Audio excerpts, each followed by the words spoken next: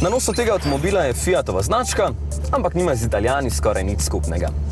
V resnici gre za japonski Suzuki, ki je mojster v izdelovanju majhnih in enostavnih avtomobilov.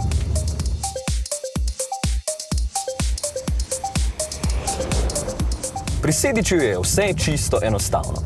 Občutek imate, kot da gre za avtomobil prejšnje generacije, kar v tem primeru ne pomeni nič slabega. Ravno zato vse lepo čutite. Bencinski motor se rad zavrti, edino poraba z okoli 8 ml ni prav nič majhna.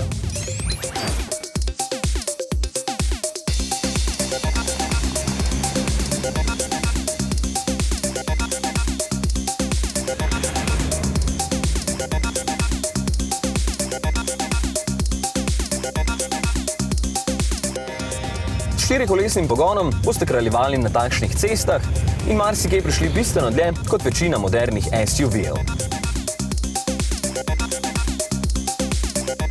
S tem gumbom nastavljate, če želite, da deluje sam, ali je do hitrosti 60 km/h pogon stalen na vsa kolesa.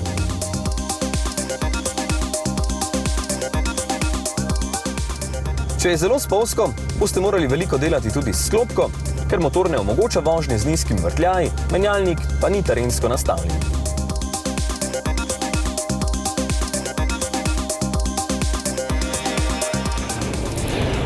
€20.000 ni malo za takšen avtomobil, zato ga morate kupiti za dolgo časa. In daje občutek, da bo tudi zdržal.